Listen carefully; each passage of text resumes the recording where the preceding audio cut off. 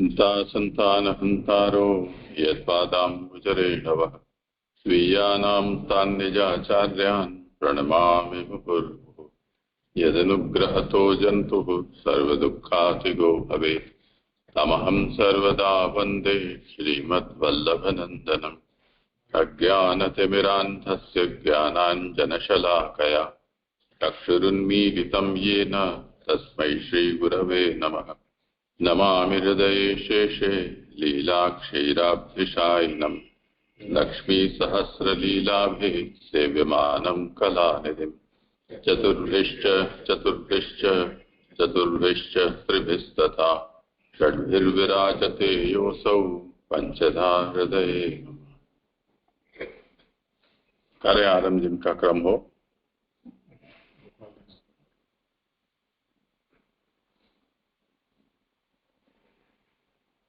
जय दंडवत प्रणाम। आवाज आ रही है? धीरे आ रही है। नहीं आ रही। अब जय नहीं धीमी है जय।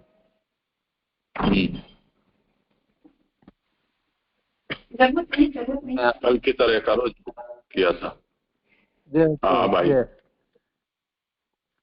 तो ये श्लोक अर्थ करना है पूरे अध्याय के क्रम में? नहीं, बस अब कल का विषय है उसको थोड़ा सा बता दो।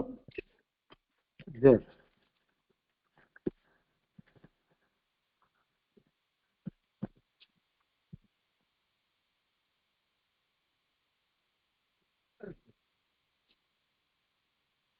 श्रीमद् भागवत श्री कृष्ण लीलाओं का प्रतिपादन करता है।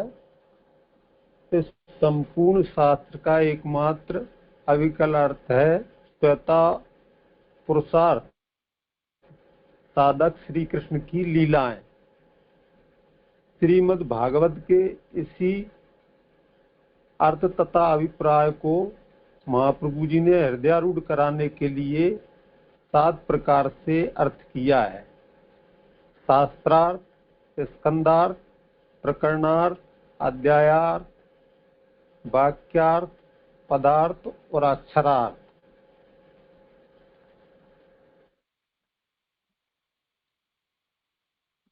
भागवत जी में 12 स्कंद हैं। प्रथम स्कंद अधिकार लीला, द्वितीय स्कंद साधन लीला और तृतीय से 12 तक सर्ग विसर्ग आदि लीलाओं का वर्णन है।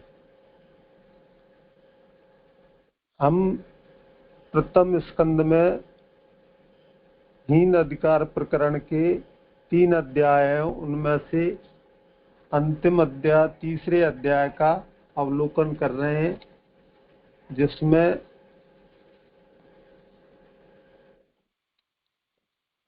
तीसरा श्लोक अवलोकन करेंगे। प्रथम 2 श्लोक हो चुके हैं, जिनमें विराट पुरुष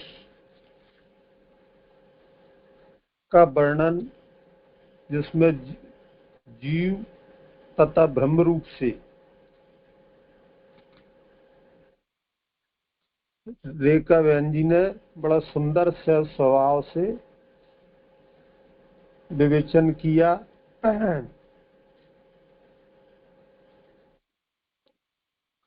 दूसरे दिन उसी कल के दूसरे श्लोक में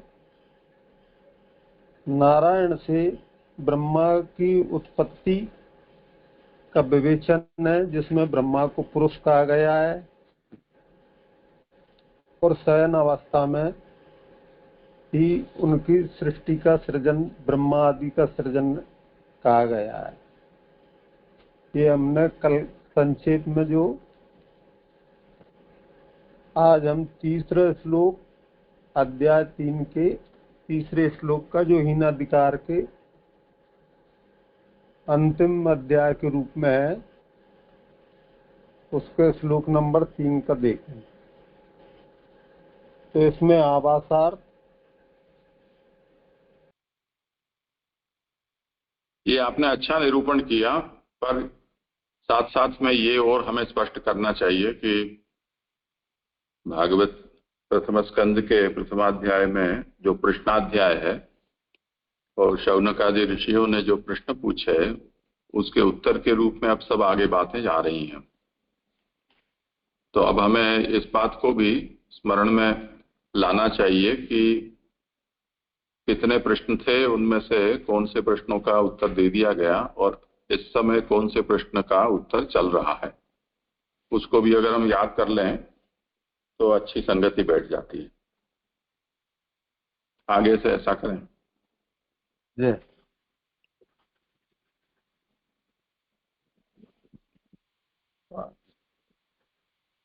आभासार्थ इससे यह कहा गया है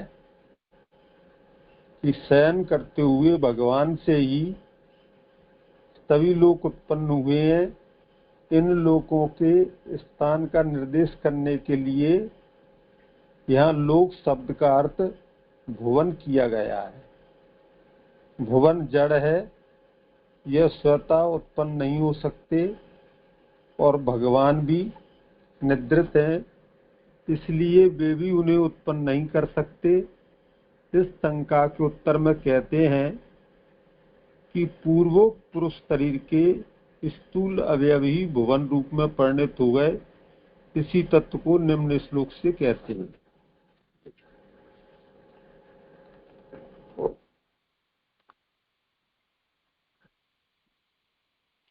आपने आज्ञा करी है कि यहाँ और भी विवेचन करना चाहिए। कुछ सूत और सोनकादि जी के मिलन में सोनकादि ऋषि ने 6 प्रश्न पूछे और उनको यथाक्रम से सूत जी महाराज ने विवेचन करो। वही संदर्भ में भागवत जो प्रकट, यानी प्रकट तो पहले ही हो चुकी थी, लेकिन भगवत कथा चली सोनक आदि और सूत जी के वार्ता में। यानी मैं अपनी भाषा में टूटी फूटी में जैसे कह रहा हूँ, कुछ नहीं कह पाऊँ तो क्षमा करिए भाई सभी श्रोता न जैसे, और ज्यादा विवेचन मुँह से हो नहीं पाया जैसे मैं श्लोक करूँ। यस्या अवयव संस्थाने कल्पितो लोक विस्तर है तद वही भगवतो रूपम विशुद्धम सत्वम ऊर्जितम। श्लोकार जिस पुरुष रूप भगवान के चरणारविंद आदि अवयवों से यह विस्तृत भुवन जनलोक बना, वही विशुद्ध तत्वरूप तथा सर्व कार्यों को करने में उन्मुख भगवान का स्वरूप है। सुबोधनी, युक्ति से ऐसा प्रतीत होता है कि भगवान का विराट देह वृक्ष भाव में अथवा जरायु भाव में है। यदि वृक्ष भाव अर्थ किया जाता है तो बीज पूर्व भाव, वृक्ष मध्य भाव तथा फल उत्तर भाव है। तो यहाँ ऐसो युक्ति से ऐसो अनुमान लगाया जाए, ऐसे प्रतीत होता है कि मालूम होता है कि जो भगवान का विराट देह धारण करी है वो वृक्ष रूप में है अथवा जरायु। जरायु से यानी ऐसो तात्पर्य है कि झिल्ली में लिप्त। तो वृक्ष भाव अर्थ किया जाता है तो बीज, यानी बीज पूर्व भाव, वृक्ष मध्य भाव तथा फल उत्तर भाव है। यानी वृक्ष भाव लें तो मूल में बीज होए तो बाकू पूर्व भाव कयो है। बीज में से फिर वृक्ष जो है मध्य भाव तना बने है तथा बाको फल जो उत्तर भाव माने होगी वो है, क्योंकि फल वृक्ष को उत्तरोत्तर दशा हुए। और यदि जरायु भाव ऐसा अर्थ किया जाता है तो बीज पूर्व भाव, यानी जैसे गर्भ धारण में बीज पूर्व भाव, जरायु यानी बस झिल्ली में लिप्त मध्य भाव तथा वाक्य बाद देह धारण करनो, ये उत्तर भाव है। वास्तव में यह विराट देह बीज रूप तथा सर्वगति वाला है। वास्तव में यह विराट जो स्वरूप आपने धारण करो है वो बीज रूप तथा सर्वगति वाला है, यानी चलते हुए एक जगह स्थिर नहीं है। विराट के जिन जिन अवयवों से जो लोक बने हैं, यानी उनका उल्लेख पाताल मेतस ही पादमूलम इत्यादि से आगे करेंगे। विराट देह में लोकों का निर्माण किए जाने पर लोक छोटे ही पैदा हुए होंगे, ऐसी आशंका के उत्तर में कहते हैं।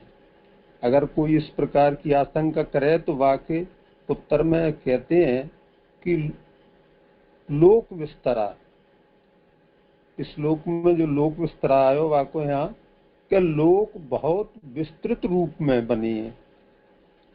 यहाँ लोक शब्द भुवन एवं जन इन दोनों ही अर्थों में व्यवहृत हुआ है, यानी लोक बहुत विस्तार वाले बने हैं और लोक शब्द का भुवन शब्द से एवं जन इन दो शब्दों में अर्थ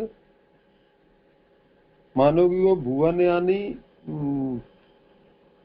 14 भुवन और लोक भी कहे हैं उन्हें, और एक जन से शायद यहाँ मेरी समझ से जनलोक और अर्थ होगा तो आप कोई वैष्णव जो समझे वे बताएं या फिर बाद में तो जय तो विस्तार करेंगे। अर्थात भुवन और जन दोनों का ही निर्माण हुआ। इस प्रकार यहाँ भुवन तथा जन इन दोनों का निर्माण ही अवतार का प्रयोजन है, यानी भुवन और जन को निर्माण करवो यानी सृष्टि करवो ही अवतार को प्रयोजन है। यह कहकर दूसरे ब्रह्मांडों की तरह यह ब्रह्मांड भी केवल जड़ ही होगा। तो यहाँ प्रश्नवाचक है कि क्या यह ब्रह्मांड भी दूसरे ब्रह्मांडों की तरह भी जड़ है? तो इस शंका के समाधान में कहते हैं कि यह ब्रह्मांड जड़ नहीं है, अवतार रूप है, यानी प्रभु में से प्रभु ही अवतरित है। ऐसे इससे पूर्व कहा गया ब्रह्मांड रूप वास्तव में भगवान का ही रूप है, यानी जो ब्रह्मांड को जो जड़ के रहते शंका में, तो वो क्या जड़ नहीं है और अवतार रूप है। ब्रह्मांड वास्तव में भगवान को स्वयं कोई रूप है, दूसरा नहीं। यहाँ वही पद से यह निर्देश किया गया। तो इस श्लोक में जो वही शब्द आयो वाक्य द्वारा यहाँ या को निर्देशित किया गया है। भगवान की यह ब्रह्मांड रूपता प्रमाण से उत्पत्ति से सिद्ध है। भगवान की यह ब्रह्मांड रूपता प्रमाण से सिद्ध है। अब ये प्रमाण उत्पत्ति से सिद्ध है।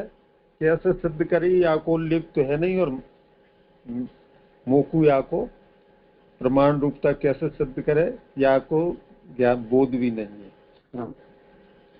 यहाँ यह शंका होती है कि भगवान का तो कोई प्राकृत रूप है ही नहीं।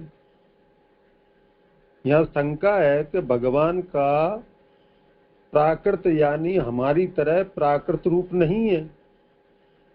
तो भगवान तो शुद्ध सत्वात्मक है। पीछे के अध्ययन में श्लोकन में वर्णन कि भगवान शुद्ध सत्वात्मक है, तो फिर यह ब्रह्मांड भगवान का देह कैसे हुआ? इसका समाधान यह है कि यह ब्रह्मांड रूप देह भी शुद्ध सत्वात्मक ही है। जो ब्रह्मांड रूप देह विराट देह की जो है तो वो भी शुद्ध सत्वात्मक ही है।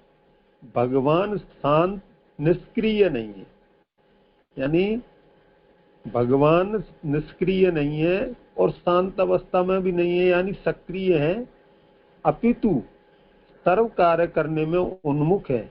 यह बात ऊर्जितम पद से सूचित की गई है। यानी निष्क्रिय नहीं होवे तो यहाँ कही कि सर्व कार्य करने में उन्मुख है, ऊर्जावान है, यानी उत्साहित है। यह कहिए ऊर्जितम पद से सूचित की गई है। हर सुलभ उत्फुल्लता को ऊर्ज कहते हैं, यानी किसी कार्य को हर्षपूर्वक और सुलभ तरीके से उत्साह पूर्वक करे जाए वह ऊर्ज कहते हैं। ऐसी मेरी समझ में आई। यद्यपि रजोगुण के बिना यह विराट देह कार्य करने में उन्मुख नहीं हो सकता। यहाँ पर कही है कि रजोगुण के बिना विराट देह कार्य करने में उन्मुख नहीं हो सकता, किंतु रजोगुण के बिना भी भगवान के आवेश यह विराट देह संपूर्ण कार्य संपादनार्थ उन्मुख होता है। यानी रजोगुण के बिना विराट देह कार्य करने में सक्षम नहीं है, लेकिन प्रभु के आवेश से विराट देह संपूर्ण कार्य करने में संपन्न करने में उन्मुख हुए। यो श्लोक संपन्न हो। आपको इसमें कुछ कहना पूछना हो और किसी को? हाँ, जय दंडोत प्रणाम। जय जय। मेरा प्रश्न ये है कि इसमें अभी ऊपर ये आया कि दूसरे ब्रह्मांडों की तरह यह ब्रह्मांड भी केवल जड़ ही होगा। ये दूसरे पैरा में दिया है, 5वीं 6वीं लाइन में। दूसरे ब्रह्मांडों की तरह यह ब्रह्मांड भी केवल जड़ ही होगा। इस शंका के समाधान में कहते हैं कि यह ब्रह्मांड जड़ नहीं है। अब दूसरे ब्रह्मांड क्या जड़ रूप है का ये ऐसा उल्लेख कहीं देखने में सुनने में आया नहीं है, क्योंकि दूसरे ब्रह्मांडों में एक बार जो है ब्रह्मा जी भगवान के पास पधारे तो किसी पुराण की कथा है, तो भगवान ने यानी पूछा दूतों ने कि आप किस ब्रह्मांड के ब्रह्मा हैं। तो इसका मतलब सभी ब्रह्मांडों में ब्रह्मा अलग अलग हैं, ये निश्चित है। और जब भगवान की वो लीला हुई, जब गऊ को बछड़ों और जो ग्वालों को ले गए ब्रह्मा जी, तब भी उस लीला में अनेक ब्रह्मा, उन्होंने देखा कि अनेक ब्रह्मा भगवान को ढोक लगा रहे हैं, तो यानी मुझ जैसे बहुत सारे ब्रह्मा हैं। ये अलग पुराण की कथा है। तो क्या उन ब्रह्मांडों में वो जड़ रूप है, कोई वहां पर जीवात्मा नहीं है? क्या ब्रह्मा है? जय जी, जरा क्लियर नहीं हुआ मुझे। करें समाधान। जैसे मैं तो यहाँ समाधान नहीं कर पाऊंगा, क्योंकि यहाँ में उस तरह को उल्लेख भी नहीं है, और यो तो अलग विषय है। जड़ उतनो तो मोक बोध नहीं है जैसे कि और भी ब्रह्मांड जड़ वगैरह भी हो कि नहीं। तो कृपा करके आप श्री को समाधान करें तो उचित हो। हाँ हाँ, ऐसा है कि तद्वै भगवतो रूपम, ये तीसरे श्लोक में ये बता रहे हैं। मूल में क्या कहा है? ये भगवान का ही रूप है।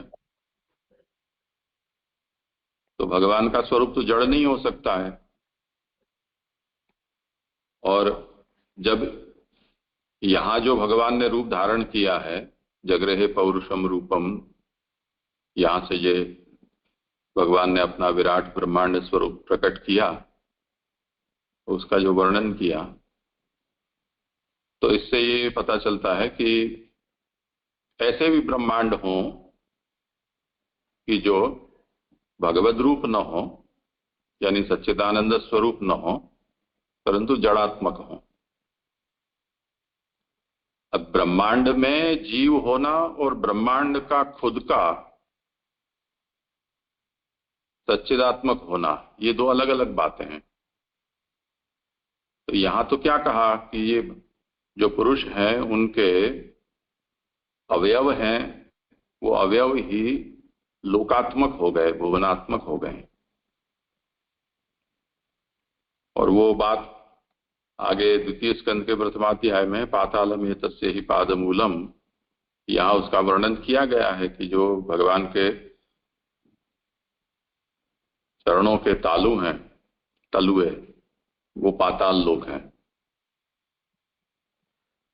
तो जितने भी लोक हैं, 3 लोक कहो चाहे 14 लोक कहो या भुवन कहो, वो भगवान के श्रीअंग रूप ही हैं, तब तो फिर वो जड़ात्मक नहीं हो सकते हैं। तो यहाँ जिस ब्रह्मांड रूप का निरूपण किया जा रहा है वो जड़ न होकर भगवद रूप है।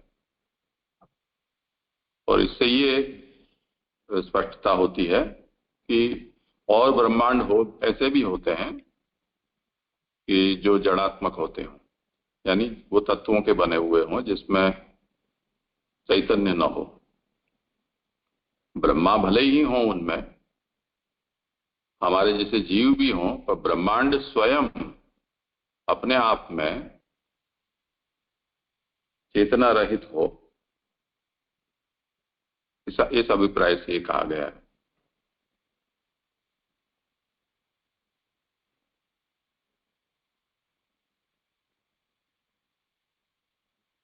अब आपके जो कुछ प्रश्न, आप हाथ ऊंचा रखें जब बोलने वाले हों, नीचा ना करें। हाँ गोपाल दास जी, आपके कुछ प्रश्न थे। आज एक तो मेरो कल के में ही रह गयो तो जो है। हाँ बोलो।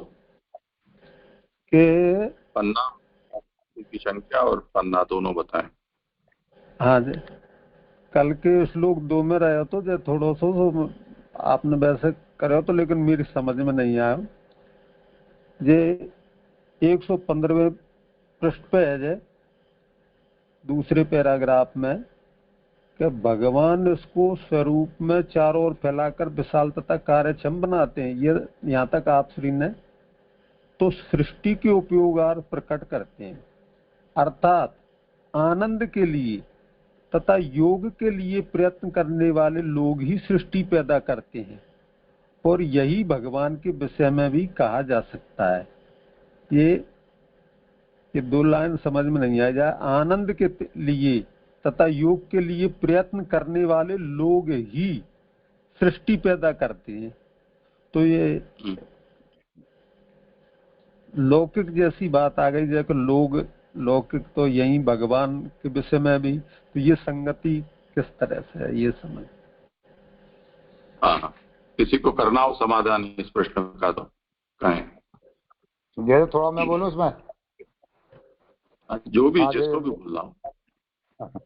हाँ जैसे मेरी समझ में कुछ ऐसा आया है, इसमें जो अर्थात लगा है, अर्थात मतलब आनंद के लिए तथा योग के लिए प्रयत्न करने वाले लोग, यानी जो संसारी लोग हैं, प्रत्येक लोग, जहाँ इसमें जीव जंतु भी ले लें, प्रत्येक जीव जंतु या मनुष्य हर जो है प्राणी मात्र आनंद के लिए ही उद्यम करता है कि मुझे आनंद मिलना चाहिए।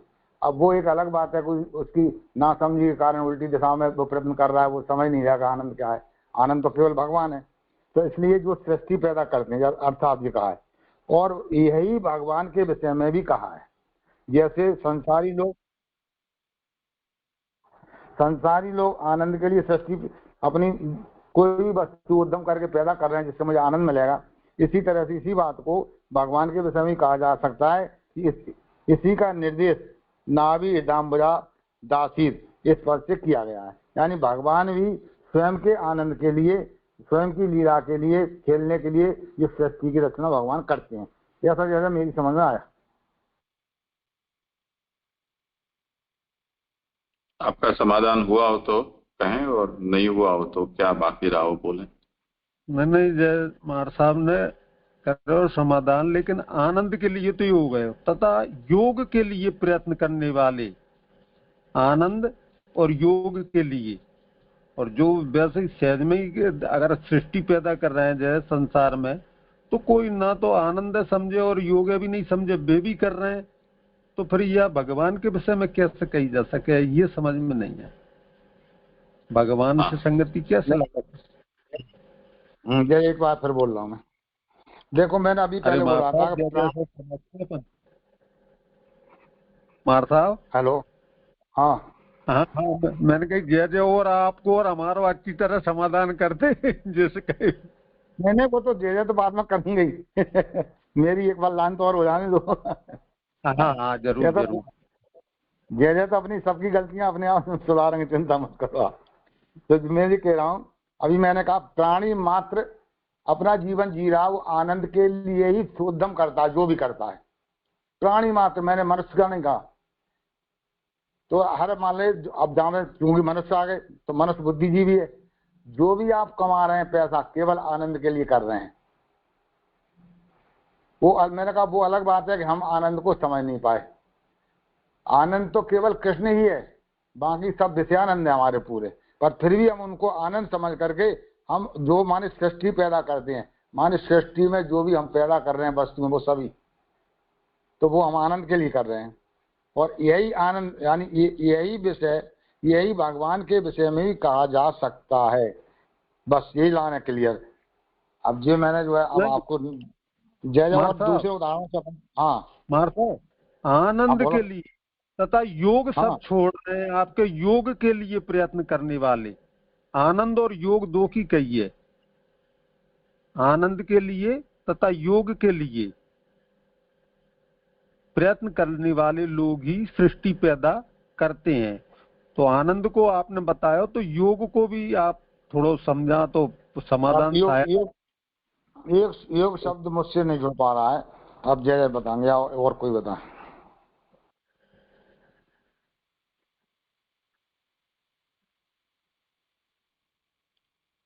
योग में ये बात है कि जैसे वेद ये कहता है कि भगवान ने हमारी जो इंद्रियां हैं उनको बहिर्गामिनी बनाई है, यानी विषयोन्मुख। आत्मगामिनी हमारी इंद्रियों की वृत्तियों को नहीं बनाया है। इसके कारण आंखें रूप को देखती हैं, बाह्य रूप को, पर आंखें अपने आप को नहीं देख सकती हैं। नाक है वो पुष्पादि के गंधों को ग्रहण करती है, पर नाक अपने आप को नहीं सूंघ सकती है। इसी तरह सभी इंद्रियों के विषय में ऐसा ही है। तो बाह्य संवेदन हमारे प्रबल होते हैं। अब उसके कारण हमारी जो प्रवृत्तियां हैं वो भी बाहरी विषयों के ऊपर प्रधान रूप से रहती हैं। योग मार्ग ये चाहता है कि उन बाहर से हमारा ध्यान हटकर और भीतर की ओर हो। तो उसके लिए वो यम नियम की पहले साधना कराता है, आसन सिद्धि कराता है, और हमारी जो नाड़ियां हैं उनकी शुद्धि हो उसके लिए प्राणायाम करवाता है। इतना होने के बाद थोड़ा बहुत हम ध्यान करने की स्थिति में बनते हैं, और उसके बाद धारणा में जो हमारी इंद्रियों की वृत्तियां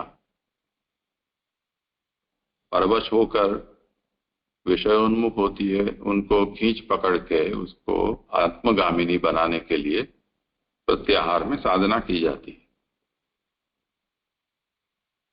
तब जाकर कई जन्मों में समाधि लगती है।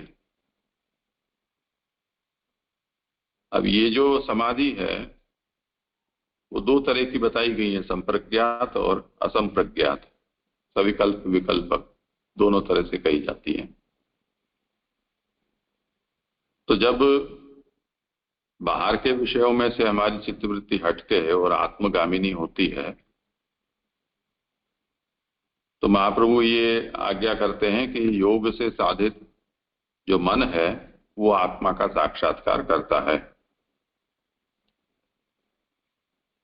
उस बात को यहां कहते हैं कि योग जिस तरह से गुप्त जीव को प्रकट कर देता है, उसी तरह भगवान की यह योग निद्रा भी जीव को सुषुप्ति दशा में भगवत संबंधी आनंद का प्रकट अनुभव करा देती है।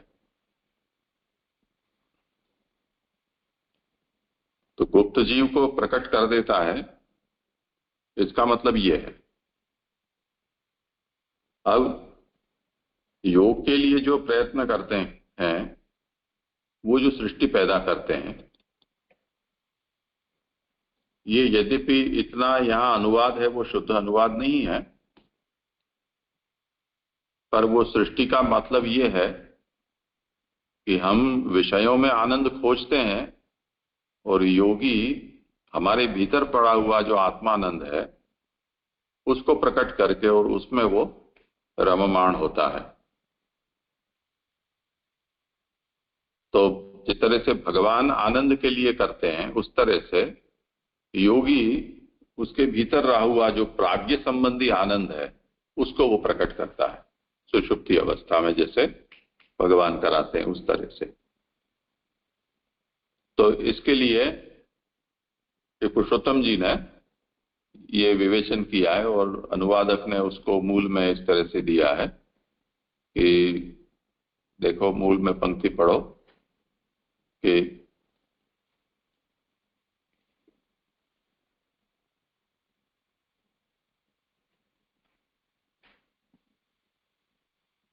अल्पभूतानां स्वस्वरूपे प्रसार्य महतीम कार्यक्षमांच सृष्टि करोति इत्यर्थः। ये जो योग निद्रा है वो योग निद्रा बड़ी अल्प है। ऐसी अल्प मुद्रा जो निद्रा है उसको भगवान अपने स्वरूप में प्रसारित कर देते हैं, बड़ा कर देते हैं और उसमें कार्य करने की क्षमता भी उसमें डाल देते हैं, जिससे कि वो आगे सृष्टि का कार्य कर सके। तदर्थम प्रयतमानैरेव सृष्टि क्रियते इति भाव। तो उसके लिए जो प्रयत्नशील है उसी के द्वारा ये सृष्टि की जाती है, ऐसा भाव है। इसके ऊपर पुरुषोत्तम चरण इस बात को समझाते हैं कि ये तदर्थम प्रयतमान ही, इसका मतलब क्या है कि आनंदार्थम या योगार्थम, वाह, जो आनंद के लिए प्रयत्नशील है वो आनंद के लिए अथवा योग के लिए जो है वो उसके द्वारा ये सृष्टि की जाती है।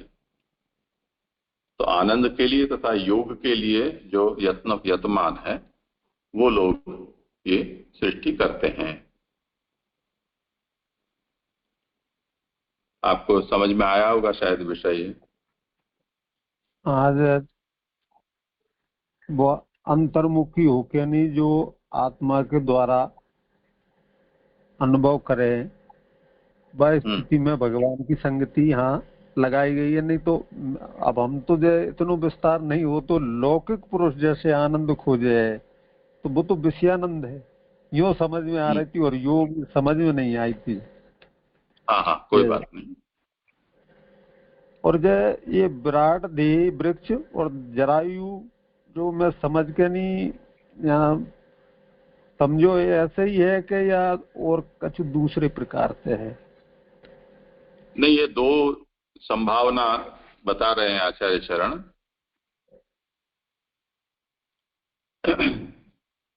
यस्याम भसी शयानस्य योग निद्राम वितन्वतः, उसके बाद यस्यावयव संस्थानैः कल्पितो लोक विस्तरः तद्वै भगवतो रूपम विशुद्धम सत्वमूर्जितम। उसमें सच कल्पितः युक्त्या मध्य भावे तिष्ठति इति ज्ञायते। यहाँ मध्य भाव बताया है। तो मध्य भाव से क्या समझना, तो उसके लिए आपने जो एक वो झिल्ली वाला उदाहरण दिया जिसको जरायुज कहते हैं, तो हम मनुष्य है जो चौपगे पशु हैं वो गर्भ में और कहते हैं उसके अंदर वो गर्भस्थ बालक रहता है, वो उसकी अवस्था होती है। और दूसरी मध्य अवस्था यहाँ वृक्ष के उदाहरण से दी जा रही है। तो वो दोनों ही आपने जो कहा वो उचित कहा, उसी तात्पर्य से ये बात कही गई है कि यदि वृक्ष भाव अर्थ किया जाता है तो बीज पूर्व भाव है, वृक्ष मध्य भाव और फल उसका उत्तर भाव है। और यदि जरायु का उदाहरण दें, जैसे हम मनुष्यों की उत्पत्ति होती है तो बीज पूर्व भाव है और जरायु मध्य भाव है और देह उत्तर भाव है। तो बालक जब गर्भ से बाहर आता है तब वो देह में होता है, देह रूप में प्रकट हो जाता है।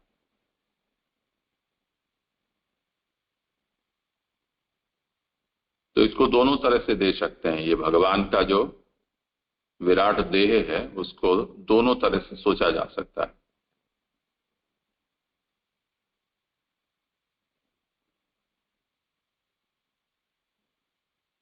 ब्रह्म जी, ये उसके बाद जो पंक्ति आई था कि वास्तव में यह विराट देव बीज रूप तथा सर्वगति लीला, ये नहीं, अगर वो दो लेते हैं तो फिर ये कैसे बैठेगा? ऐसा है कि हमने आगे देखा जगृहे पौरुषम रूपम, वहां ये कहा कि भगवान ने क्षीर सागर में शेष शैया पर पोढ़े पोढ़े ही ये सृष्टि की है ब्रह्मांड की। और ये सृष्टि जब भगवान ने की है तब उसको अपने श्रीअंग से बाहर प्रकट नहीं किया है, अपने उदर में ही प्रकट किया है। अब यदि वो उदर में ही इस ब्रह्मांड का निर्माण हुआ है तब उसको हम क्या नाम देंगे, उसकी स्वरूप, उसकी स्थिति क्या सोचेंगे? तो मध्य भाव ही होगा ना। तो मध्य भाव का मतलब जैसे मनुष्य का बच्चा माता के गर्भ में झिल्ली में होता है, उस स्थिति में ये भी जो ब्रह्मांड है वो भगवान के उदर में है, ये उसका मध्य भाव हुआ।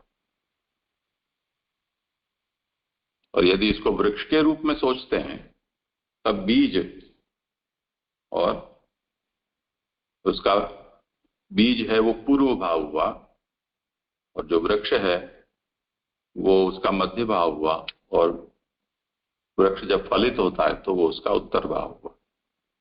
तब फिर ये होगा। ये इसलिए बता रहे हैं कि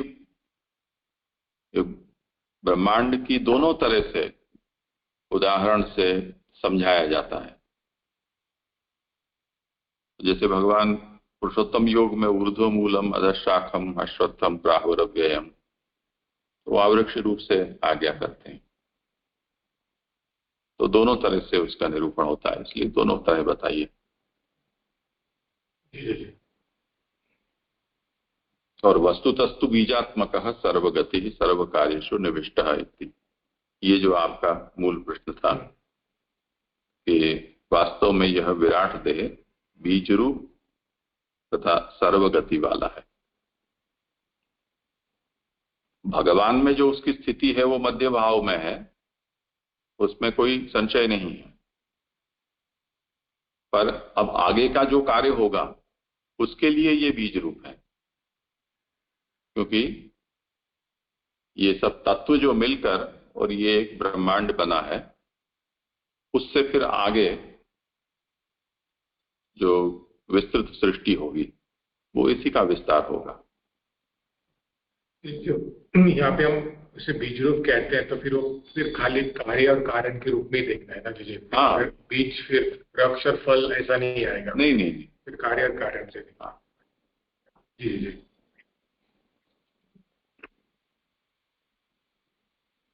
जय रंदेव प्रणाम। जय। हाँ बोलिए। ये अक्षर ब्रह्म से जो प्रकट होती है उसमें क्या फर्क आएगा? फिर अपन कहते हैं सब अक्षर ब्रह्म से पैदा होते हैं। हाँ, ऐसी भी प्रक्रिया है। हाँ जी। पर यहाँ ऐसा भी होता है, पर यहाँ उस प्रकार के ब्रह्मांड का निर्माण नहीं है।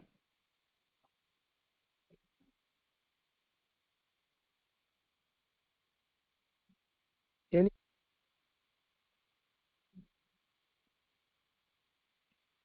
अजय और कोई विषय?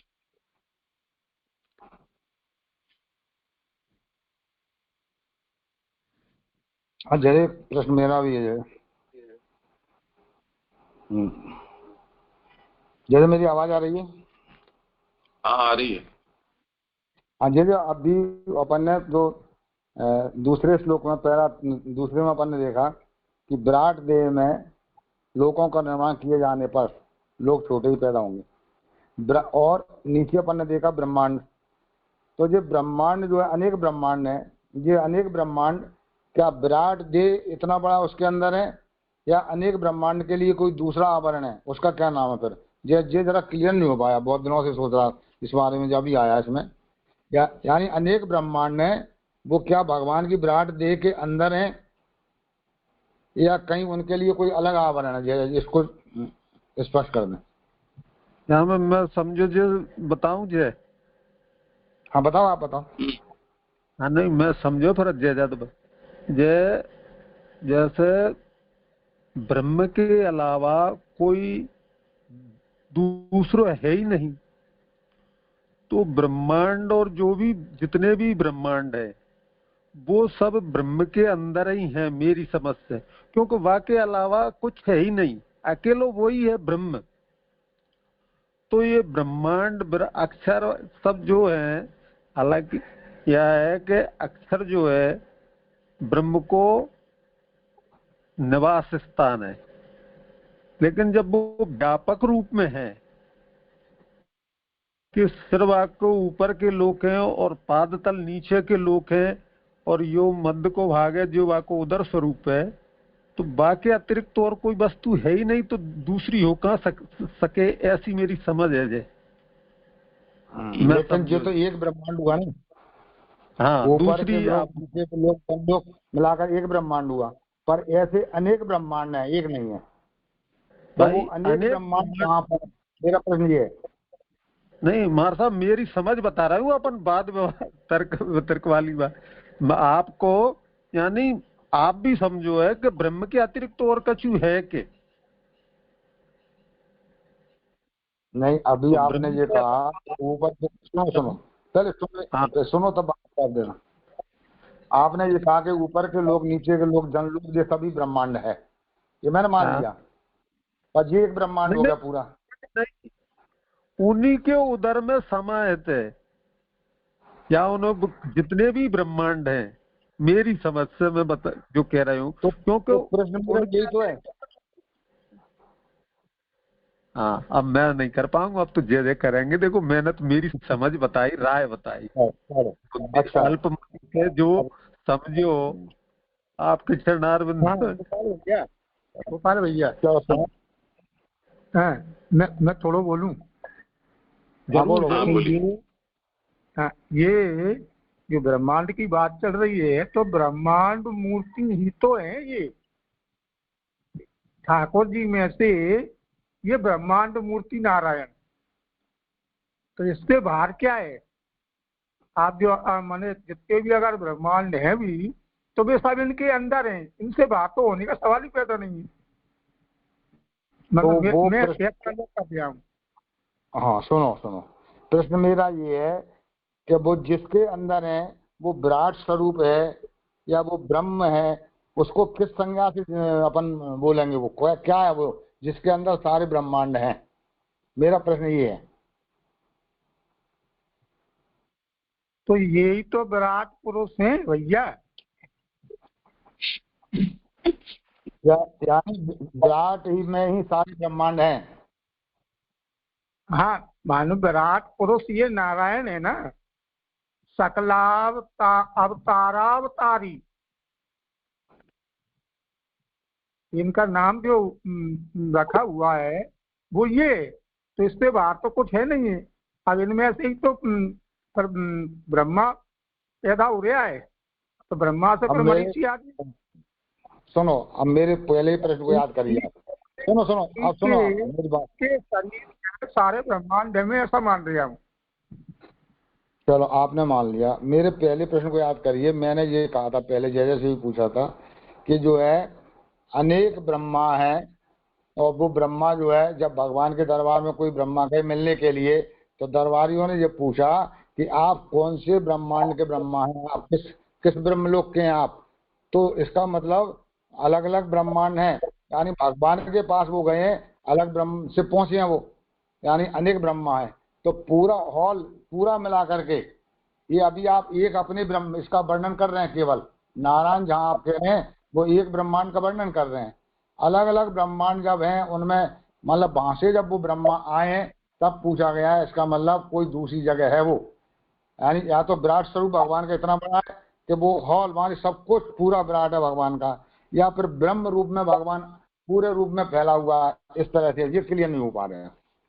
हाँ मैं प्रयत्न करूँ।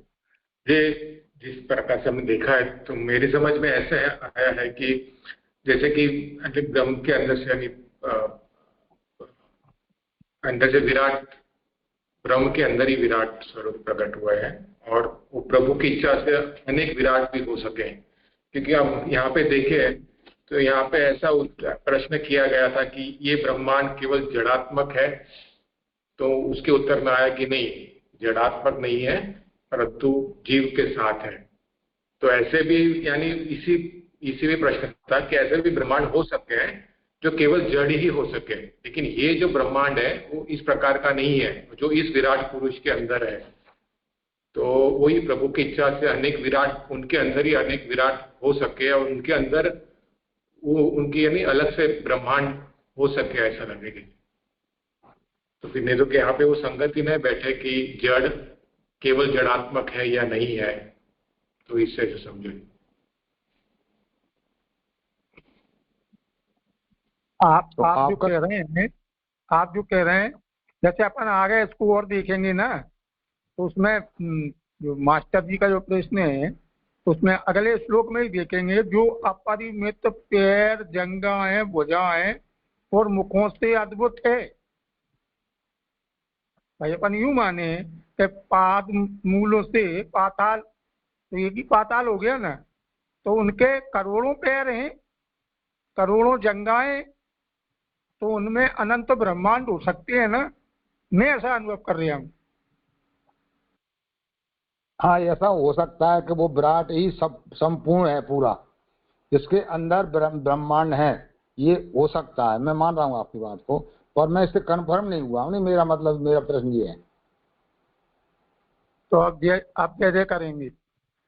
नहीं, सोच लेते हैं इस विषय को। एक बात तो हम सब लोग इस बात को समझ रहे हैं कि ब्रह्मांड का मतलब कोई एक ब्रह्मांड हो ऐसा नहीं है, कोटि ब्रह्मांड है।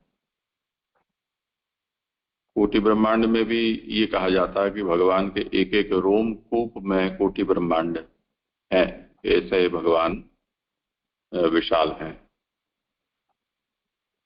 तो उसकी तो हम कल्पना नहीं कर सकते हैं, ऐसी स्थिति है। अब इनका प्रश्न ये है कि, और जैसे महाप्रभु ने यहाँ बताया कि भागवत का जिस तरह से यहाँ ब्रह्मांड का निरूपण कर रहे हैं, उसमें यहाँ जो ब्रह्मांड कहा जा रहा है वो ब्रह्मांड जड़ात्मक नहीं है, परंतु भगवान की जो अवयव संस्थान है वो ही यहाँ पर इस अनुरूप ब्रह्मांड रूप में बना है। तो ये भी भगवत स्वरूपात्मक है, इसलिए ये भी भगवत अवतार ही है। तो इससे ये भी समझ में आने की बात है कि जिनका व्यावर्तन किया जा रहा है, जिनसे इस बात को अलग बताया जा रहा है, ऐसा जड़ात्मक ब्रह्मांड भी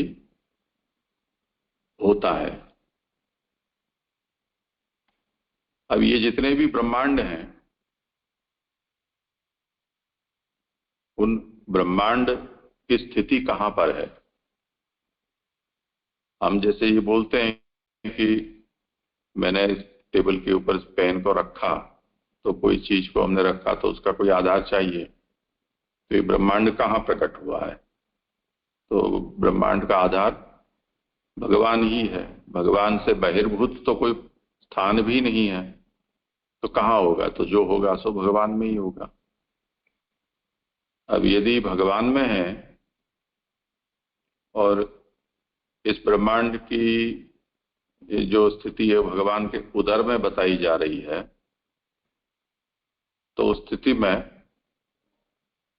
जिस तरह से मनुष्य का जो गर्भस्थ शिशु होता है वो एक ओर में लिपटा हुआ होता है, उस तरह से ये जो ब्रह्मांड है वो भी मध्य भाव की स्थिति में भगवान के उदर में स्थित है। तो अब प्रश्न ये होगा कि वो जो उसके ऊपर लिपटा हुआ जो आवरण है वो आवरण क्या है? अब भगवान से अतिरिक्त तो और कोई है नहीं, तो और आवरण को भी लाएंगे तो क्या, कहां से लाएंगे?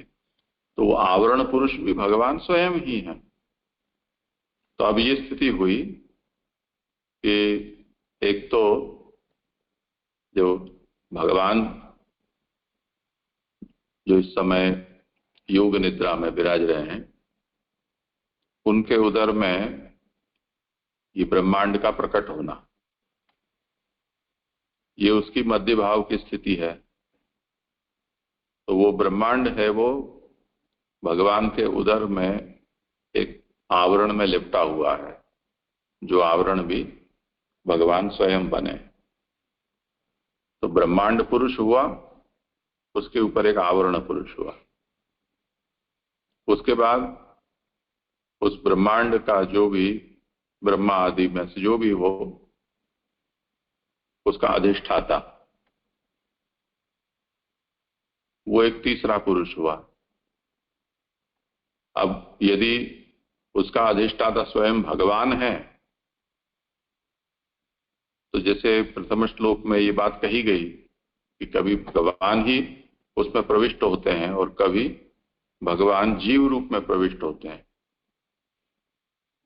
तो वो दो स्थितियां अलग हो जाएंगी, जो जैसी हो। यदि भगवान है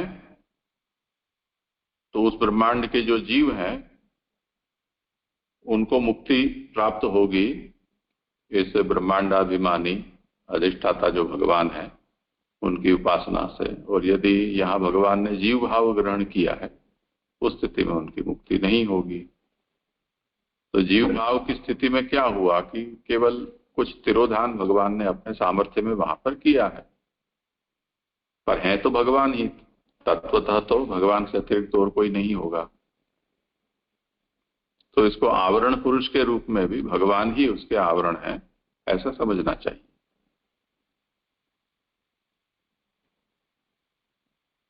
जी जय, आप क्लियर हो गया।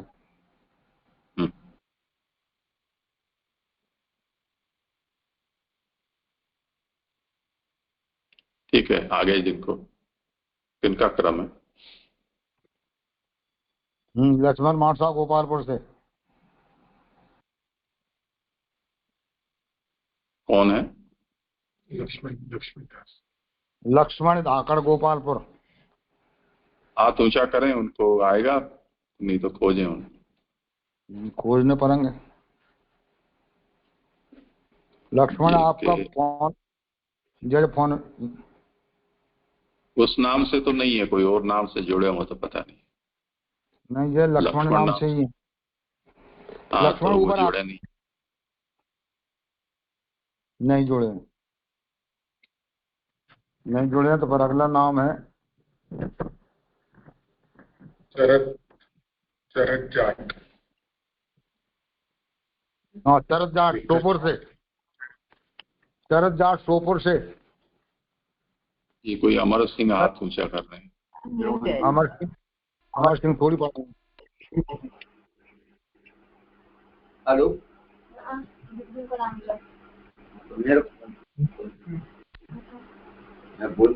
हाँ बोलिए। जो मोहित जाट। हाँ दीदी दंडोत। आप कौन बोल रहे हैं?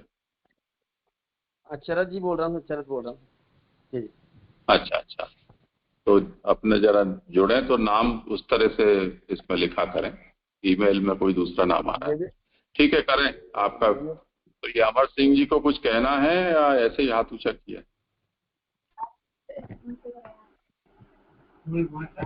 हेलो, हाँ बोलिए। जैसे मेरा फोन नहीं जोड़ पाया, मैं लक्ष्मण लाकर बोला था। हाँ तो अमर सिंह के पे आप आगे नहीं। हाँ। तो आप बोल क्यों नहीं रहे तब से इतनी देर से आप? मैं पहले तो फोन आपका स्पीकर बंद करिए, आपको जो ईगो आ रहा है, स्पीकर बंद करो,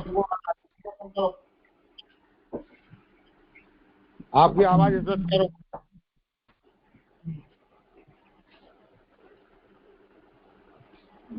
हाँ हाँ अब सही है, आवाज आ रही है ना?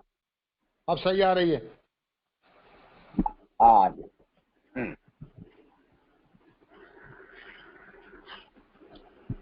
हाँ जय करूँ स्टार्ट?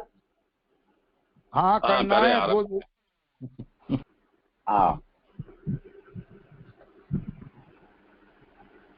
आवासार्थ संख्या होती है कि ब्रह्मांड को भगवान ने साधन रूप से स्वीकार किया है और ऐसा संभव है, तो फिर भगवान ने इसका एकांतया देह रूप से क्यों स्वीकार किया? इसके उत्तर में कहते हैं कि श्लोकार्थ, जो अपरिमित पैर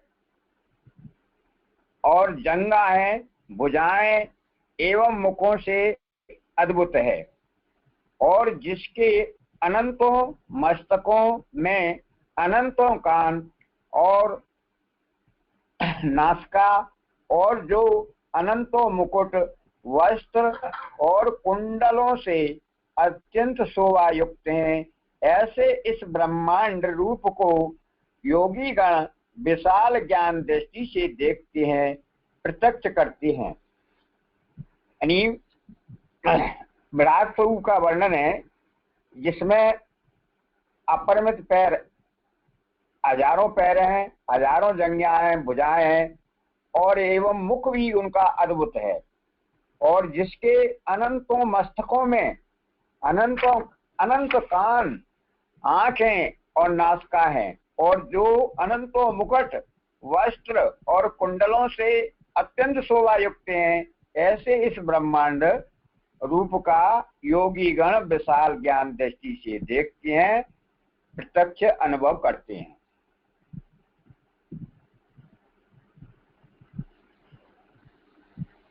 आगे चले। अरे आपको हाँ, इसकी व्याख्या नहीं करनी थी, सुबोधनी पढ़िए, सुबोधनी की व्याख्या करने है आपको। अच्छा। सुबोधनी, योगियों को योग सुलभ ज्ञान धर्म द्वारा साक्षात्कार होता है। यह साक्षात्कारी भगवद अवतार में प्रमाण है। यानी योगियों को ज्ञान धर्म द्वारा ठाकुर जी का साक्षात्कार होता है और साक्षात्कार ही अवतार का प्रमाण है, साक्ष्य है। यह जगत प्राकृत नेत्रों से नहीं देखा जाता है, किंतु परोक्ष रूप से प्रसिद्ध भगवान का वह रूप प्राकृत नहीं है, अर्थात अपराकृत है। यह रूप पृथ्वी आदि की तरह जड़ नहीं है। इसी तरह योगियों को भी इसके दर्शन सदा नहीं होते हैं, किंतु महान ज्ञान दृष्टि से अदवृक्ष चुषा दर्शन होते हैं। यानी ज्ञान दृष्टि से इनके दर्शन होते हैं। यह जगत भगवान का प्रतिकृति रूप है, अर्थात वेद प्रतिपाद भगवान से संबंध होने पर यह विराट देह जगत भी श्रुति से प्रतिपादित विश्व तच्चु इस रूप की तरह ध्यान करने योग्य है। इसी का निर्देश सहस्त्र पादो पुरु भुजानान अद्भुतम से किया गया है। सहस्त्र का यहाँ अपरिमित अर्थ होता है, अर्थात उस विराट के अपरिमित पैर और भुजा आनन आदि हैं। यानी विराट पुरुष के अपरिमित पैर, उरु माने जंगा, भुजाएं और आनन हैं। अनेक वक्तर नयनम इत्यादि वाक्यों से गीता में प्रतिपादित रूप की तरह यह विराट अनेकों पैर और भुजा और मुखों से युक्त अत्यंत अद्भुत है। पाद, उरु, भुजा और मुख, इनमें क्रिया शक्ति अधिक होती है। पैर, जंगा और भुजाओं में इनके काम करने की शक्ति अधिक होती है, इसलिए यहाँ से चारों अंग क्रिया शक्ति रूप कहे गए हैं।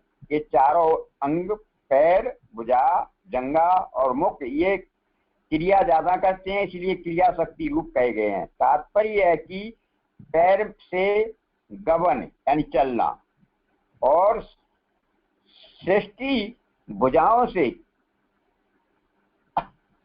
पुरु, सृष्टि भुजाओं से कार्य और मुख से परिभाषण यानी बोलना की क्रिया होती है। तदंतर ज्ञान शक्ति प्रदान इंद्रियों का वर्णन करते हैं। इन विराट के सहस्त्र मूर्ध श्रवण छी नासकम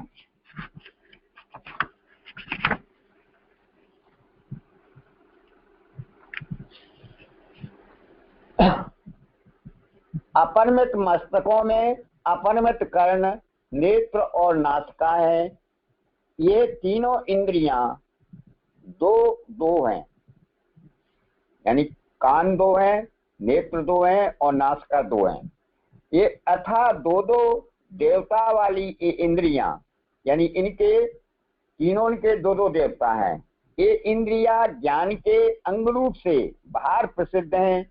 रस इंद्रियां भीतर होती हैं, अतः आनंद पद से उसका ग्रहण हो जाता है। त्वचा एक ही है, अनेक नहीं, क्योंकि त्वचा से एक ही रूप में सर्वत्र स्पर्श की उपलब्धि होती है।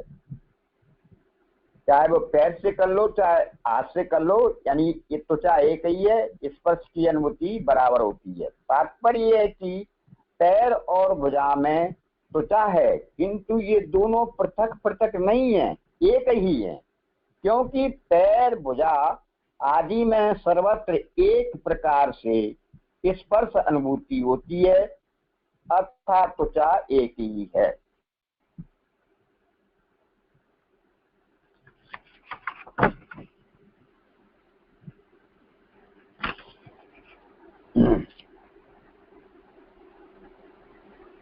अब भगवान के परिकर का वर्णन करते हैं। इसमें क्या है कि अपरिमित मुकुट, वस्त्र तथा कुंडलों से यह विराट रूप भगवान उल्लसित अत्यंत शोभा युक्त है। इन मुकुट आदि परकर का सहस्त्रों अमृत कुंडल लोक पुलस्त इत्यादि पंक्ति से में अवरोह प्रकार से ऊपर से नीचे यथाक्रम निर्देश किया गया है। इन परकरों में प्रथम मुकुट के दर्शन होते हैं और फिर आवरणों के दर्शन होते हैं, तदंतर कुंडलों के दर्शन होते हैं। इसलिए उपरोक्त क्रम से ही इनका यहाँ निरूपण किया गया है।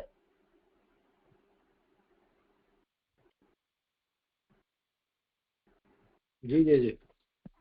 यहाँ पे ये जो चौथी लाइन में जो आया ना शब्द अदभ्रच चूचा, उसका क्या मीनिंग है? वो चौथी लाइन में अदभ्र का मतलब उत्तम। हाँ, उत्तम। जी जी।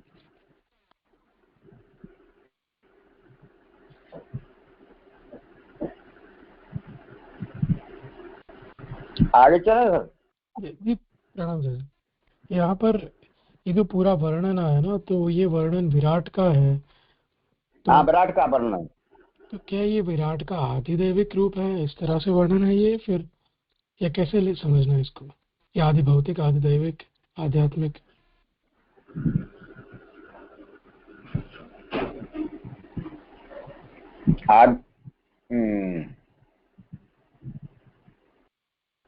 ये तो मेरी समझ में नहीं आया। जय जय। हाँ, और किसी को समाधान करना हो तो करें विचार।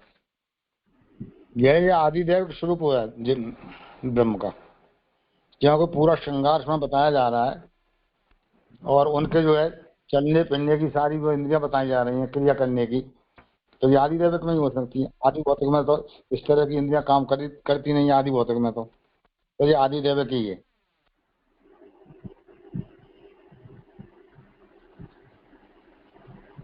ठीक है, तो फिर वो इंद्रियां तो आदि भौतिक में नहीं होती क्या? जैसे ज्ञान शक्ति, क्रिया शक्ति, ये सब बातें हैं ना? नहीं, आदि भौतिक तो आप देख लीजिए, भौतिक तत्व जो अपन को दिखाई दे रहे हैं, इन सभी में क्या सब सारी इंद्रियां क्रियाशील हैं? नहीं है।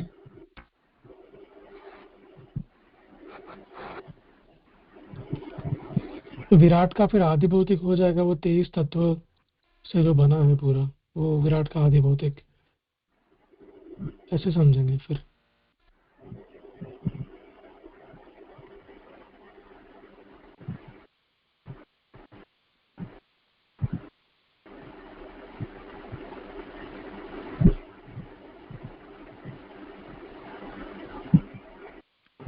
सबसे पहले ये देख लो यहाँ कि श्लोक की उत्थानिका क्या कह रही है। ब्रह्मांडस्य परिग्रह करणत्वेनापि संभवति तत्कथम एकांततो देहत्वम। मूल में ये आशंका कर रहे हैं कि जो ब्रह्मांड है, उस ब्रह्मांड रूप जो देह है, उसका ग्रहण करणत्वेन भी होता है। जो कृणाल अभी पूछ रहा है, करणत्वेन का मतलब ये ब्रह्मांड है वो सभी तत्वों का समूह है, तो एक रॉ मटेरियल का काम देता है जिससे आगे जाकर सृष्टि होगी। तो प्रचलित प्रकार तो ऐसा ही है कि ब्रह्मांड है वो कारण है, और यहां उसको देह कहा जा रहा है। तो ऐसा रूप भगवान ने क्यों धारण किया है? तो कहने का मतलब यही हुआ कि यदि ये कारण रूप होगा तब जड़ होना चाहिए, जड़ होगा तो आदि भौतिक हो जाए। पर यहाँ जो वर्णन किया जा रहा है उसमें तो ये कहा गया है कि ये तो भगवान ने अपने उदर में ही इस ब्रह्मांड को प्रकट किया है, उसमें फिर भगवान पुरुष रूप से प्रविष्ट भी हुए हैं, और ये फिर ब्रह्मांड जो है वो जड़ात्मक भी नहीं है, और पुरुष की आकृति के जैसी इसकी आकृति है, तो इंद्रियां और ये सब भी इसमें है, प्राण भी है। तो ये तो एक जीता जागता कोई विराट पुरुष ही है, ऐसा वर्णन किया जा रहा है। और अब जो ये चौथा श्लोक है जिसमें ये कहा जा रहा है कि अदो रूपम अदभ्र चक्षुषा पश्यन्ति, ये जो हजारों हाथ, मुख, पांव और इतने सब अवयव वाला और इतने से वस्त्र, कुंडल आदि को धारण किया हुआ ऐसा जो ये रूप है, वो जिनके विशाल ज्ञान चक्षु हैं, ऐसे योगी जन इसका दर्शन करते हैं। तो हमें और आपको ये ब्रह्मांड हो सकता है कि तत्वात्मक और जड़ात्मक आदि भौतिक भाषित होता हो, परंतु जो योगी जन है जिनको ऐसी विशाल ज्ञान दृष्टि प्राप्त हुई है, उनको तो ये इस तरह से दर्शन देता है जैसे कि यहाँ वर्णित है। उनको तो वो जड़ात्मक नहीं दिखता है, वो तो उनको भगवान के रूप में ही उसके दर्शन होते हैं, जो कि वर्णन करीब करीब गीता के 11वें अध्याय में विश्वरूप दर्शन कराते हुए भगवान ने अर्जुन को कराए थे। तो योगी तो ऐसे रूपों का दर्शन करते हैं, तो ये तो आदि भौतिक नहीं हुआ, आदि दैविक ही होगा। आदि दैविक। सब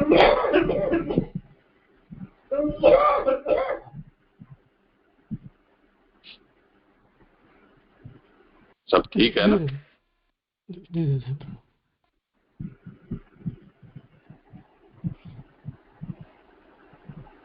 आगे करें, कोई प्रश्न ना हो तो।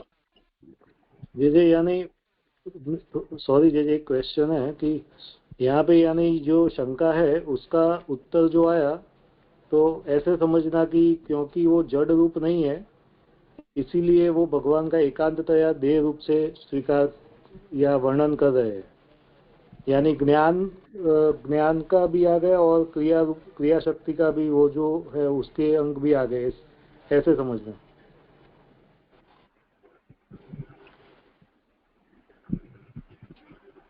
नहीं, शंका यही थी कि ये जड़ है या नहीं है, तो उत्तर ये दिया कि ब्रह्मांड रूप होते हुए भी जिनको ऐसी दृष्टि प्राप्त है वो इसको भगवान का जीता जागता रूप ही देखते हैं। जी जी जी आ गया।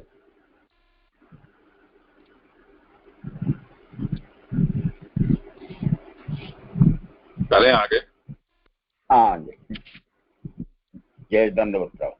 आवासात संख्या कहते हैं कि वाचम धेनुम उपासित वाणी की कामधेनु के रूप में उपासना करनी चाहिए।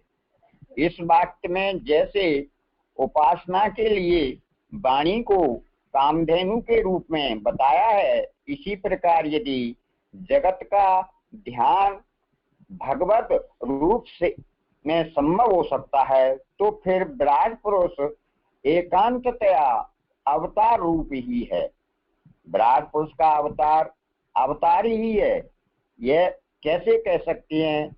इसके समाधान में यह कथन है कि एतर नाना अवतारणम निधानम बीजम अव्ययम यस्या अंशेन सेन सृजन्ते देव त्रियंक नरादया। श्लोकार्थ। ये विराट पुरुष विविध अवतारों का निवास स्थान रूप है तथा इसके उद्गम का कारण है। इसके अंश रूप ब्रह्मा और ब्रह्मा के अंश रूप मरीच आदि से देवता, पक्षी और मनुष्य आदि उत्पन्न होते हैं। सुबोधिनी। इसका अर्थ यह है कि अवतारों का मूल भगवान है अथवा मूल का अवतरण ही इन अवतारों का मूल है। तत्वों से निवृत्त होने के कारण ये अवतार भगवान नहीं है। यह विराट पुरुष यदि अवतार रूप ना हो तो वह अन्य अवतारों का मूल भी नहीं हो सकता और इससे उत्पन्न होने वाले अन्य अवतारों का उत्कर्ष भी नहीं होता। अतः विराट पुरुष के अवतार होने में तो कोई संदेह नहीं है। यह पुरुषावतार, मत्स्य आदि नाना अवतारों का स्थान है और इन सभी का उद्गम का कारण होने से बीज रूप भी है। अंकुर उत्पन्न होने पर बीज नष्ट हो जाता है, वैसे यह नष्ट नहीं होता क्योंकि यह अविनाशी रूप बीज है, अर्थात अंकुर उत्पन्न होने पर भी नष्ट नहीं होता। यानी बीज का अंकुर उगाता है तो बीज नष्ट हो जाता है, लेकिन ये नष्ट नहीं होता है क्योंकि ये अविनाशी रूपी बीज है, अर्थात अंकुर उत्पन्न होने पर भी नष्ट नहीं होता है। ऊपर कहे गए सूचित अवतार के प्रयोजन को यहाँ विस्तार से कहते हैं कि यस्या अंशेन, यहाँ अंशों के अंशेन के दो अर्थ हैं। जिस पुरुष अवतार के अंश ब्रह्मा है और ब्रह्मा के अंश रूप मरीच आदि हैं। यानी अंश के अंश, अथवा इस पंक्ति के दूसरे अंश शब्द से ब्रह्मा के जगन आदि भी ग्रहण किए जा सकते हैं, क्योंकि इन अंग अंशों से भी सृष्टि की उत्पत्ति कही गई है। तात्पर्य है कि अंश मरीच आदि हैं, उनसे देव, पक्षी, मनुष्य आदि की सृष्टि हुई। देवता सत्व प्रधान है, मनुष्य रजोगुण प्रधान है तथा पक्षी तमोगुण प्रधान है।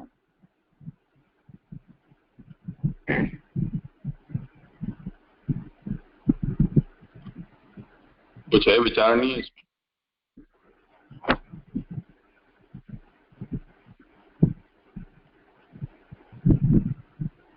हाँ जी, मेरा प्रश्न है इसमें एक। हाँ, ये ऊपर इसमें जो है, इसी जो लास्ट पैराग्राफ जो दिया है, जिस पुरुष अवतार के अंश ब्रह्मा है और ब्रह्मा के अंश रूप मरीच आदि, अथवा इस पंक्ति के दूसरे अंश शब्द से ब्रह्मा के जगन आदि भी ग्रहण किए जा सकते हैं। यानी ब्रह्मा से दो तरह की सृष्टि समझा रहे हैं, एक तो अंश और फिर अंशेन। तो अंश हो गए यानी ब्रह्मा से जो उत्पत्ति हुई है डायरेक्ट, यानी जो है ऋषि वगैरह हुए, और जगन आदि भी ग्रहण किए जा सकते हैं। अब ये जगन आदि भी ग्रहण किए जा सकते हैं। वैसे जगन का शाब्दिक अर्थ देखा जाए तो प्राकृतिक जो उत्पत्ति है, यानी मनुष्य की इस तरह से जननांगों द्वारा, वो जगन का एक अर्थ होता है। पर ये क्लियर नहीं हुआ इसका शास्त्रिक अर्थ क्या होगा, जिस समझ में नहीं आया, क्योंकि इन अंगांशों से भी सृष्टि की उत्पत्ति कही गई है। तो ब्रह्मा की से द्वारा इस तरह की उत्पत्ति तो है नहीं, पर यहाँ पर ये क्लियर नहीं हो पा रहा कि जगन उत्पत्ति किस तरह से हुई है ब्रह्मा से, ये क्लियर नहीं हुआ जाए ये सब। ये वर्णन पुराणों में आता है, आगे भी आएगा कि ब्रह्मा के तत्त अंशों से उन जीवों की सृष्टि हुई है, वो आगे वर्णन आएगा। तो यस्यांशांश, जिसके अंश के अंश से, ऐसा जो कहा गया है उसमें जिसके अंश यानी भगवान का अंश ब्रह्मा और ब्रह्मा से देव, तिर्यंग, नर आदि ऐसे, अथवा ब्रह्मा, जब भगवान का अंश ब्रह्मा और ब्रह्मा के अंश यानी उसके अंगभूत जो अंश हैं उनसे उन की सृष्टि, ऐसे दोनों तरह से अर्थ ले सकते हैं। हाँ जी, तो अब इसको ये समझे, जगन शब्द डायरेक्ट ब्रह्मा से ना होते, उनके जो सृष्टि होगी उनके द्वारा जो होगी वो नहीं, ब्रह्मा के नाक से कुछ पैदा हुआ, हाथ से कुछ पैदा हुआ, जगन से कुछ पैदा हुआ, पांव से कुछ पैदा हुआ, ऐसे। अच्छा, ये ठीक जय, आऊगा जय। ये आभासात में जो शंका की है ना, वो स्पष्ट नहीं हो रही है। क्या हुआ बोलिए। यहाँ पे जैसे कि उन्होंने कहा कि कामधेनु रूप में उपासना करनी चाहिए। इन वाक्यों में जैसे उपासना के लिए वाणी को कामधेनु रूप में बताया है, इसी प्रकार यदि जगत का ध्यान भगवत रूप में संभव हो सकता है तो फिर विराट पुरुष एकांतया अवतार रूप ही है। तो ये जगत का ध्यान भगवत रूप में संभव हो सकता है, ये नहीं समझ में आया। ऐसा है कि भगवान ने ऐसा रूप क्यों धारण किया, वो इसलिए धारण किया जिससे कि भगवान का ध्यान, ये विराट का ध्यान भगवान के रूप में किया जा सके। तो वो ध्येय रूप के लिए भगवान ने ऐसा स्वरूप धारण किया है। तो उस पर ये शंका करते हैं कि जब जगत को ही भगवान के शरीर के रूप में हम ध्यान कर सकते हैं, तब फिर इसको भगवान के अवतार कहने की क्या जरूरत है, ये कह रहे हैं। तो विराट पुरुष का अवतार ही है, यह कैसे कह सकते हैं। तो पूर्व पक्षी ये कहना चाहता है कि भी ये जो विराट है उसको जड़ ही रहने दो, उसको अवतार मत कहो। तो उसके लिए ये समाधान दे रहे हैं कि नहीं, ऐसा नहीं। ये तो केवल अवतार ही नहीं है, पर अवतारों का अवतारी है। इन्हीं में से सब कुछ अवतार हो गया है।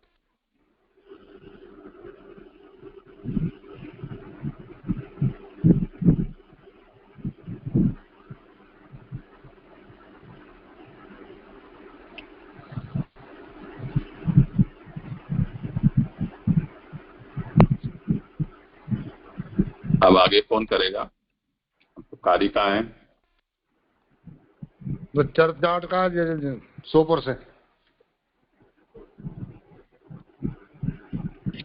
वैसे समय अब कम रह गया, कई समय है। ये 10 मिनट बचे, कार कहाँ हो जाएंगे? करें पहले देखो, हाथ ऊंचा करें जिनका क्रम है वो, और जब जिनका नहीं है वो हाथ नीचा कर लें। अब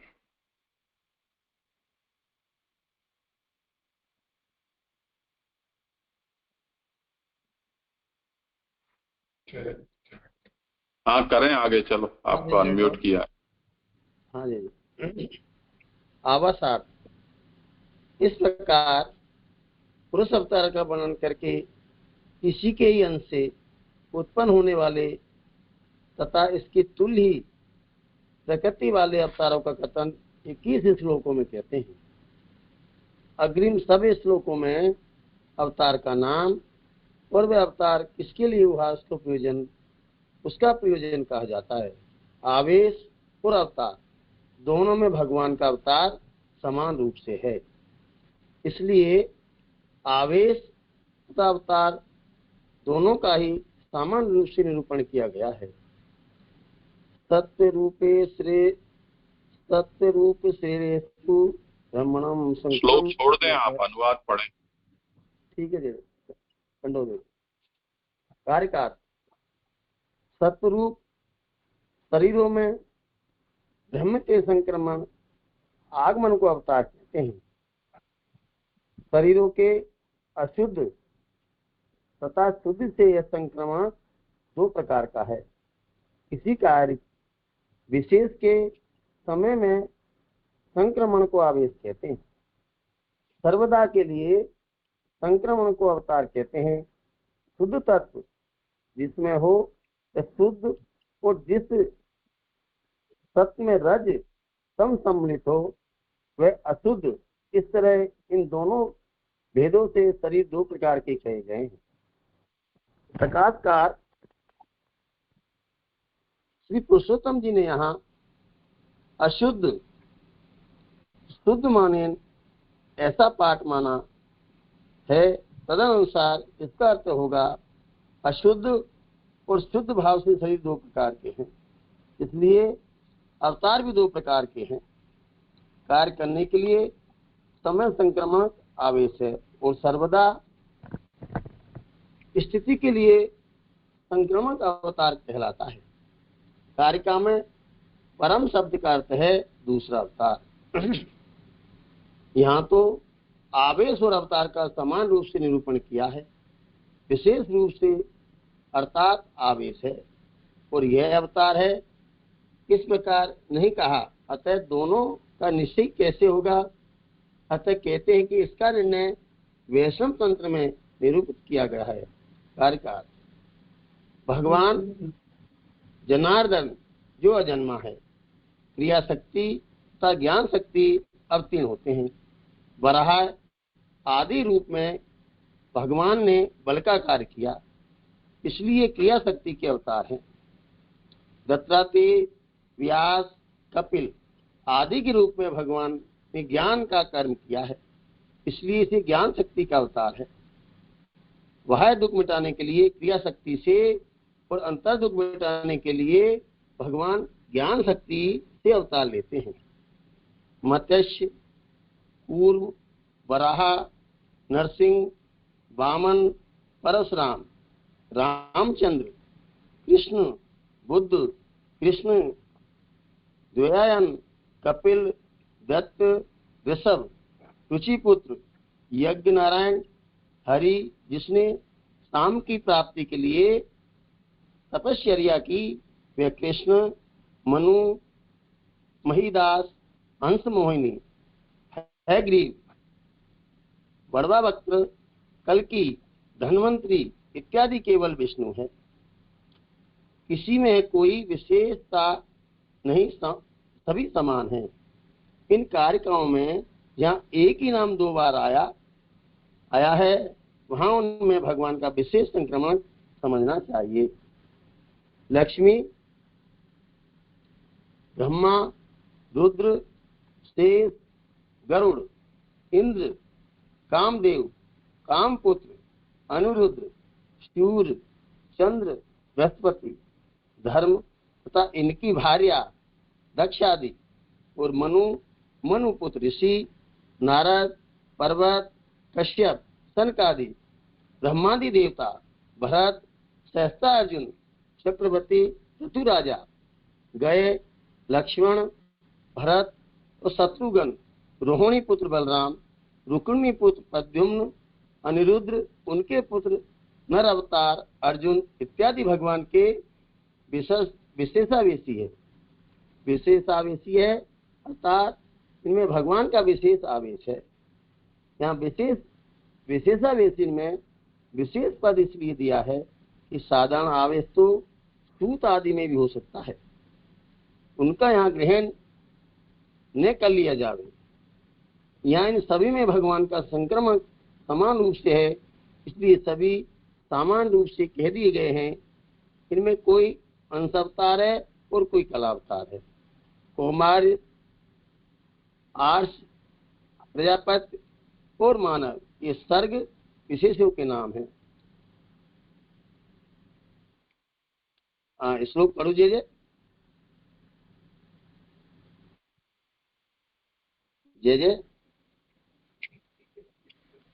मुझे लगता है इस समय फिर इतना रहेगा नहीं।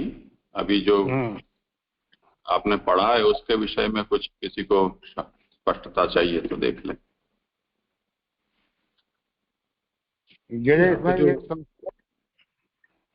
हाँ आप बोलिए।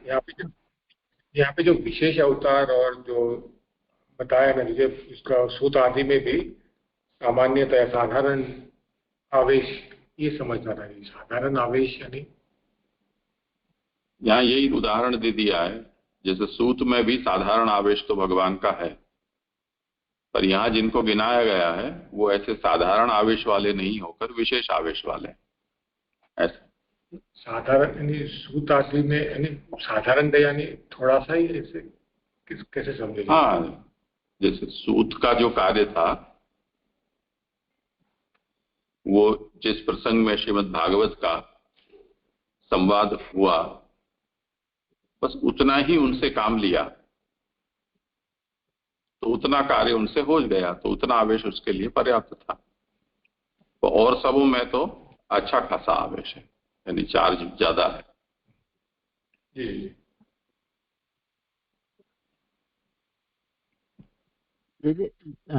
धन्यवाद प्रणाम। एक प्रश्न यह था कि ये पुरुषोत्तम जी ने जो दूसरा पाठ माना है और एक जो शुद्ध भेदेन और शुद्ध मानेन, तो वो दोनों में डिफरेंस क्या हुआ समझ नहीं पड़ा, क्योंकि यहाँ माने न तो यहाँ भी अशुद्ध लिखा है, माने न की जगह भावे न ऐसा है। शुद्ध भाव और अशुद्ध भाव मतलब तो दोनों का एक ही है। तो पाठ भेद होगा लेकिन मतलब तो एक ही निकल जाए ना। हाँ हाँ। और जी दूसरा प्रश्न ये था कि जो 120 पेज में लास्ट है ना, कि इन कारिका में जहाँ एक ही नाम 2 बार आया है वहां उनमें भगवान का विशेष संक्रमण समझना चाहिए। तो वहाँ कृष्ण नाम भी हम ऐसे देखें तो 3 बार आया है, मतलब कृष्ण, आई थिंक यहाँ कृष्ण द्वैपायन के बीच में शायद अल्पविराम नहीं होगा। और दूसरा हरि जिसने सांब की प्राप्ति के लिए तपस्या की वह कृष्ण। तो ये मतलब अगर आगे आएगा हर एक उसके लिए श्लोक तो ठीक है, लेकिन ये सेंटेंस नहीं मालूम पड़ा। वहां उनमें भगवान का विशेष संक्रमण समझना चाहिए। हाँ जी, ये लास्ट की लाइन कौमार, आर्ष, प्रजापति और मानव ये सर्ग विशेषों के नाम है, इससे क्या आते हैं? एक मिनट, ये पहले राजेश का प्रश्न कर लें, उसके बाद आपका। आइए इनके प्रश्न का समाधान करें आप, जिनका श्लोक है। हाँ जी, जो अवतार है ना, जैसे मत्स्य अवतार हुआ है वो किसी देर के लिए हुआ है, उन्होंने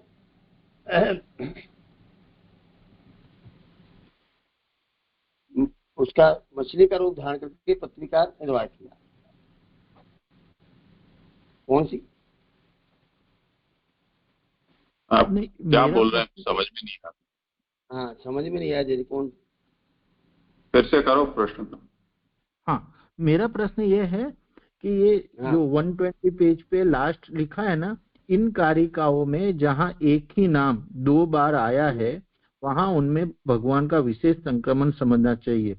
तो वहां हम देखें तो कृष्ण नाम हमको 2 बार दिख रहा है, और कृष्ण में हरि जिसने सांब की प्राप्ति के लिए तपश्चर्या की वह कृष्ण, और एक तो परशुराम रामचंद्र कृष्ण, ये 2 आए। तो ये कैसे समझने, वो थोड़ा मालूम नहीं पड़ा।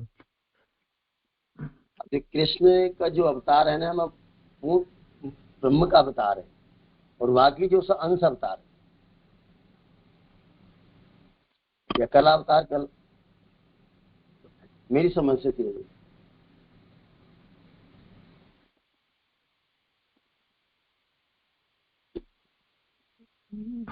जी आप समाधान करेंगे। हाँ, और कोई करना चाहे तो। जैसे जो 2 बार कृष्ण आया उसमें एक कृष्ण, तो कृष्ण 2 पायन एक शब्द है ये कोमा गलत लग गया बीच में, तो एक बार का कृष्ण तो कृष्ण 2 पायन एक ही हो गया ये। और दूसरी बात जो हरि शब्द में आया है, हरि को कृष्ण में लेते हैं तो हरि शब्द किसी लीला विशिष्ट से रहता हो। हालांकि सभी विष्णु के अवतार हैं ये जो है इनको अपन आवेश अवतार नहीं मानेंगे, जो पूर्ण तरह से अवतार हैं, क्योंकि इनका इस तरह का नहीं है कहीं उल्लेख के जो कुछ समय काम करके और फिर जो इनमें से आवेश हट गया हो, ऐसा इनका उल्लेख नहीं मिलता है जितने भी हैं। बाकी जैसे डिटेल में मैं नहीं बता पाऊँ।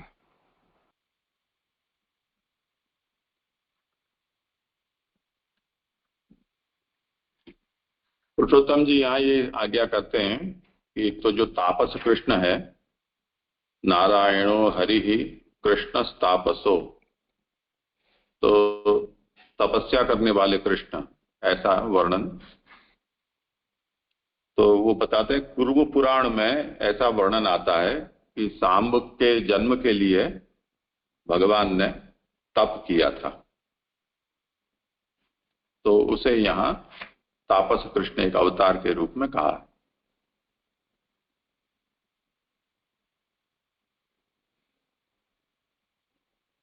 मतलब जैसे दूसरे कल्प की कथा ऐसा हो सकती? नहीं, इसमें भी किया होगा पर भागवत ने उसको आवश्यक नहीं समझा हो। अच्छा। और कृष्ण बुद्धौ, इस पर श्री गोकुलनाथ जी आज्ञा करते हैं कि भागवते बुद्धौ सत्याम अवतारः। अभी तो ऐसा है कि कृष्णावतार के बाद बुद्ध का अवतार होता है, पर बुद्ध के होते हुए भी अवतार हुआ हो, ऐसा भी कभी हुआ होगा, तो वो कृष्ण बुद्धौ ऐसा कहा है।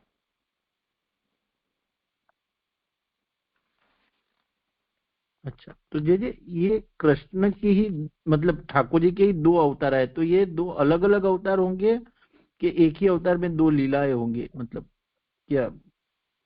नहीं, कल्प भेद से कहा ना उस तरह से।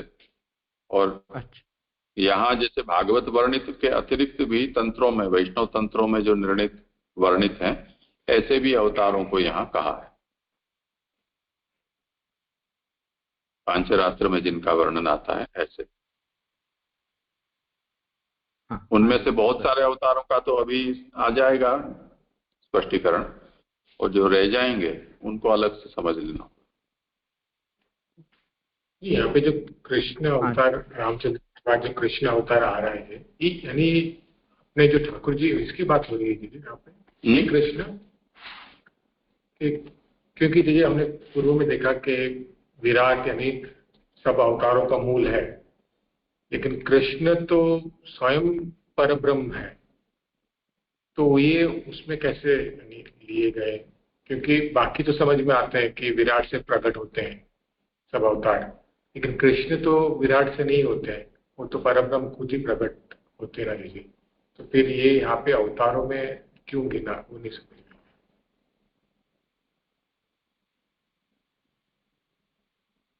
नहीं, ऐसा नहीं है। ऐसा है कि जैसे राम के विषय में आगे ये बताया ना कि दशरथ के पुत्र राम, तो वो जो दाशरथी राम हैं वो कभी अवतार भी होते हैं, कभी अवतार नहीं भी होते हैं। इसी तरह कृष्ण के विषय में भी कृष्ण नाम से कोई पैदा हुआ पर उसका अवतार होना आवश्यक नहीं है, ऐसा। और एक दूसरा अर्थ यहाँ कृष्ण बुद्धौ में ये भी कहा है कि कृष्ण द्वैपायन ये व्यास जी का नाम है, तो वो कृष्ण द्वैपायन वो व्यास जी के भीतर भगवान ज्ञान धर्म से आविष्ट हुए, तो उस दृष्टि से कृष्ण की यानी व्यास की बुद्धि में जो आविष्ट हुए और आविष्ट होकर महाभारत आदि को प्रकट किया, तो उसे कृष्ण बुद्ध ऐसा कहा गया। ये भी एक उसका मतलब हो सकता है। जी जी। और जो ये भी हो सकता है, ये भी हो सकता है कि जो स्तुति जी जो माने कह रहे हैं, तो स्तुति जी के हिसाब में कृष्ण पर ब्रह्म नहीं है, अवतार है।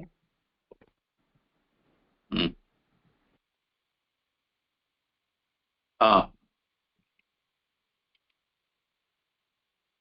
मेरा प्रश्न है, कुमार, आर्ष, प्रजापात और मानव ये सर्ग विशेषों के नाम है, इसका क्या आशय?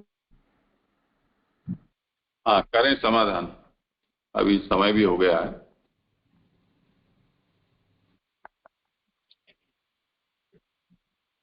जय जय भाई बामुक्ता वाली रहे आगे जय जय। हाँ, वही मैं कह रहा हूँ। ठीक है, तो आप ये लोग याद रखें प्रश्न।